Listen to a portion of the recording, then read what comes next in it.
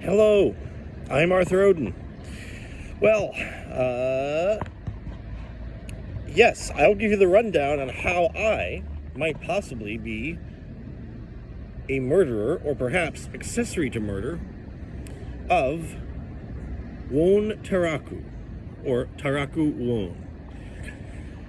I will give you the story that I know is true, that Nicholas Medina seems to be aware of, and I can verify is 100% true. Let's start at the start of this conversation. Watched this unusual anime. It was quite fun, though. When I was about 15 years old, a Japanese animated TV series called R.O.D, the TV. Enjoyed it. Looked up the websites, looked at the forums, and I noticed in particular Uon Taraku was the character designer. I recall correctly, he's the character designer. Could be wrong. He's certainly one of the artists for the show. And I noticed his drawings were pretty intense. Including one of his drawings of a character. And I thought that was a very inappropriate representation of this character, although it was official artwork for the TV show.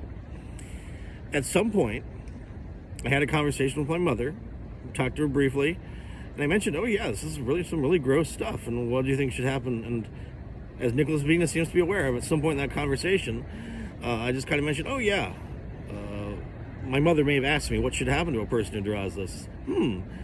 What do you feel? Oh, maybe he should be killed, is what I said. And that's true. This is 100% true. I can verify under penalty of perjury. I said this as a casual comment at 5925 Killarney Drive in Corpus Christi, Texas, standing right at the kitchen sink. This story is something I can 100% verify. So, that's part is true. Big question. What actually happened again to this individual named Taraku Uon, or Uon Taraku, in the Japanese name order, which doesn't really apply here because Uon is not a real Japanese name. So, big question. What happened? Certainly, this is something I think the FBI should have looked at in investigating anything related to my mother's case, because if anything did happen from this, Nicholas Medina is somehow aware of this conversation, it would explain some things. But it would certainly give him possible motives. There's a whole list of things who Uon Taraku could even be. Could have been an innocent person who was killed. May not be. Maybe a person who has questionable involvements. I don't know. I have no idea what's going on. Maybe he's alive and well right now and he's finding this YouTube video very uncomfortable. But, you know, I have no idea who he looks like, who he is. None of that is visible to me. I forgot about this conversation since 2005. I've never thought about this conversation again until Nicholas Medina brought it up. And it was very strange because it does look like an attempt at possibly conjuring up a false incident. But, I don't know. I have no idea.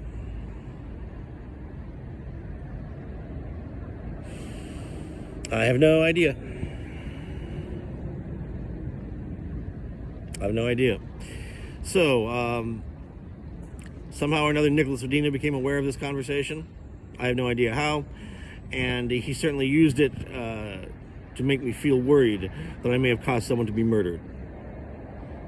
And that's about it.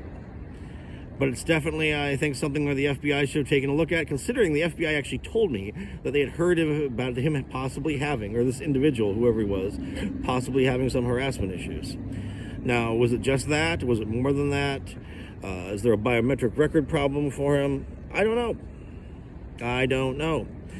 I do feel like it's a bit of a law enforcement failure if they drop the ball on something like this, when I think it is possibly a clue relating to, you know, the whole situation of what is Medina's relationship to my family, what is his relationship to my father, what is his relationship to my mother. Well, thanks. I hope you enjoyed, well, enjoy is not the right word. I hope you watched this video, and possibly what you can take away from it is that Sometimes conversations happen and they could lead to something. What do they lead to? Hard to say. Thanks for your time.